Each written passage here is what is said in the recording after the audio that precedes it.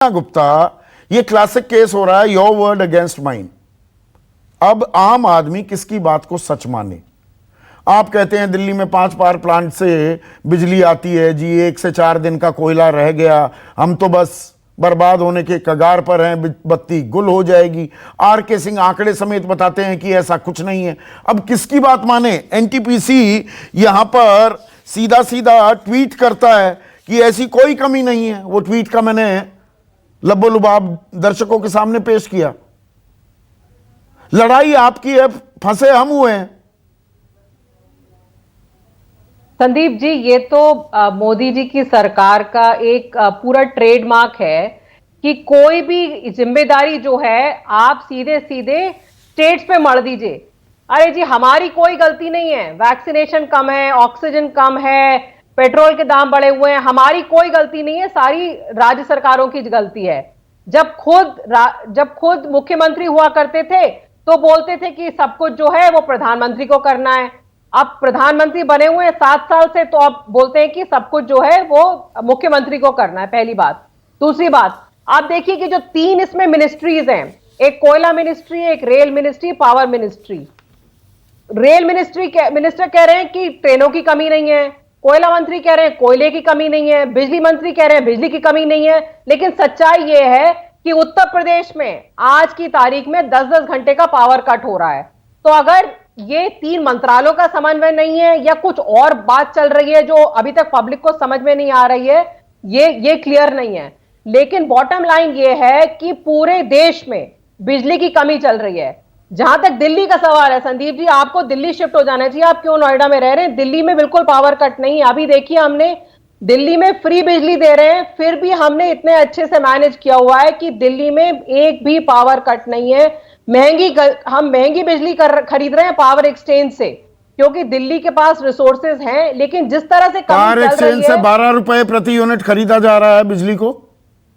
बिल्कुल जी, 12 से 18 तक खरीदा जा रहा है पावर एक्सचेंज से। लेकिन जिस तरह से चल रहा है इस समय, संदीप जी, उस आने वाले दिनों में दिल्ली में भी पावर कट हो सकते हैं। लेकिन आज की तारीख में दिल्ली में कोई पावर कट नहीं है। तो 3 दिन पहले सत्येंद्र जैन कह रहे थे 1 दिन का कोयला बचा, 2 दिन का कोयला तो है ना, मतलब प्लांट तो चल रहे हैं। जो आप अपनी बात कह रहे हैं, आप खुद कॉन्ट्राडिक्ट कर रहे हैं सत्येंद्र जैन को। नहीं, सत्येंद्र जैन ये कह रहे थे कि जिन कोयला के कारखानों से दिल्ली की बिजली सप्लाई होती है, वो कोयले के कारखानों में कोयले की कमी है। तो अगर वहां से सप्लाई नहीं होगी तो हमें महंगी पावर एक्सचेंज से खरीदनी पड़ेगी। इसलिए वो पहले से चेतावनी दे रहे थे कि उन कारखानों को कोयला दिया जाए जिससे कि शॉर्टेज ना हो।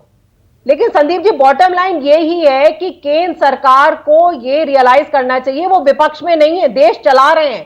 कोई भी मुद्दा हो, बेरोजगारी का मुद्दा हो, चाहे महंगी कीमतों का मुद्दा हो, हर किसी से वो अपना पल्ला झाड़ लेते हैं कि स्टेट्स करें, स्टेट्स ये क्यों नहीं कर रहे, स्टेट्स वो क्यों नहीं कर रहे। जब टैक्स कलेक्शन की बात होती है तो सारा पैसा आप ले जाते हैं, स्टेट्स को कुछ पैसा देते नहीं है। लेकिन वैक्सीनेशन सर्टिफिकेट पे भी आपको अपना फोटो चाहिए। जब फेलियर हो रहा है तो वो सारा के सारा आप स्टेट्स के ऊपर मार दीजिए। तो ऐसे कैसे चलेगा? आप फोटो लगाने, फोटो चिपकाने में आप कहां कम है? आम आदमी पार्टी बराबर की टक्कर देती है बीजेपी को फोटो लगाने में, फोटो चिपकाने में। काम करते संदीप जी, अब देखिए दिल्ली में 24 घंटे बिजली आ रही है। पूरे देश में सबसे सस्ती बिजली है दिल्ली में। 7 साल पहले जब हमारी सरकार बनी थी तब दिल्ली में इतने लंबे लंबे पावर कट्स होते थे, आपको भी पता होगा। आज की तारीख में आप इन्वर्टर एसोसिएशन से बात करिए, दिल्ली में इन्वर्टर्स का धंधा बंद हो गया है, क्योंकि दिल्ली में बिजली जाती ही नहीं है। दिल्ली में जेनसेट्स नहीं बिकते क्योंकि दिल्ली में बिजली नहीं जाती है। देश अलग अलग हिस्सों में बट गया है, अलग अलग जागीरदार बन गए हैं क्या देश में कि दिल्ली दिल्ली? अरे ये दिल्ली देश की राजधानी है, पूरे देश में ऐसी हालत क्यों नहीं होती? हम वो चर्चा क्यों नहीं कर पा रहे? क्योंकि नियत नहीं है सरकारों की। अगर आपकी नियत यह है कि कहां नया दंगा करवाया जाए, कहां हिंदू मुसलमान कराया जाए, सारा फोकस इसी पे रहेगा, तो देश में कोयला है कि नहीं है ये कौन सोचेगा? आप बताइए। रिस्पॉन्ड करना चाह रहे हैं Rajeev Jaitley? Quick response, pointed response. अभी 2 मेहमान शांत हैं। दो बातों का रिस्पॉन्स करता हूं मैं। पहले तो सप्पल साहब की बात का रिस्पॉन्स करता हूं। सप्पल साहब, मुझे लगता है थोड़ी सी जानकारी के अभाव में आप बहुत कुछ बोल गए, लेकिन ये अंदाजा नहीं था कि आपके पूर्व प्रधानमंत्री मनमोहन सिंह जी ने इस बात को कोट किया था कि जब भी कोयले की बात आती है, रिसोर्सेज की बात आती है, तो सबसे पहले मोदी सरकार सरकारी योजनाओं का बेनिफिट उठाती है और उनकी डिलीवरी लगभग 96% रहती है। ये मैंने नहीं कहा था, ये हमारे ही देश के प्रधानमंत्री जो कांग्रेस पार्टी से आते हैं मनमोहन सिंह जी का बात थी। दूसरी बात इन्होंने कही, ये मुझे लगता है मेरी बहन को थोड़ी सी जानकारी का अभाव है, बिजली के बारे में ज़्यादा नॉलेज नहीं होगी, तो इसलिए वो इस तरीके की बातें कर गई हैं। इन्हें मालूम है कि ये बिजली का जो डिस्ट्रीब्यूशन सिस्टम है वो किसके थ्रू है, आपका कौन से प्लांट में बिजली बनाती है दिल्ली सरकार, बताइए। देखिए, आपके यहाँ पर दो प्राइवेट वेंडर हैं जो दिल्ली बिजली को सप्लाई करते हैं, और ये बिजली की जो आपूर्ति है ये पहले से दिल्ली के अंदर प्राइवेट पार्टीज के पास जा चुकी थी। वो इंफ्रास्ट्रक्चर भी प्राइवेट पार्टीज के पास ही था। आप तो केवल एक ही बात पे खेल रहे हैं। 12 और 18 रुपए आपने कोट किए, इसमें भी एक बड़ा घोटाला बाहर निकल करके बाहर आया था। अभी उसके ऊपर भी चर्चा हो सकती है, लेकिन आज डिस्कशन किसी और बात। एनर्जी एक्सचेंज से 12 से 18 रुपए में प्रति यूनिट खरीदी जा रही है ना बिजली, ये हकीकत है ना। हाँ, मैं यही बता रहा हूं। मैं तीसरी बात एक और साथ में रख दूं, इन्होंने कहा तस्वीर लगाना। आजकल संदीप जी, आप दिल्ली की बसों के पीछे देखिएगा, एक दो तस्वीरें होती हैं, एक गहलोत साहब की और दूसरी केजरीवाल साहब की, और बीच में छोटा सा लिखा होता है लेन ड्राइविंग इज सेन ड्राइविंग।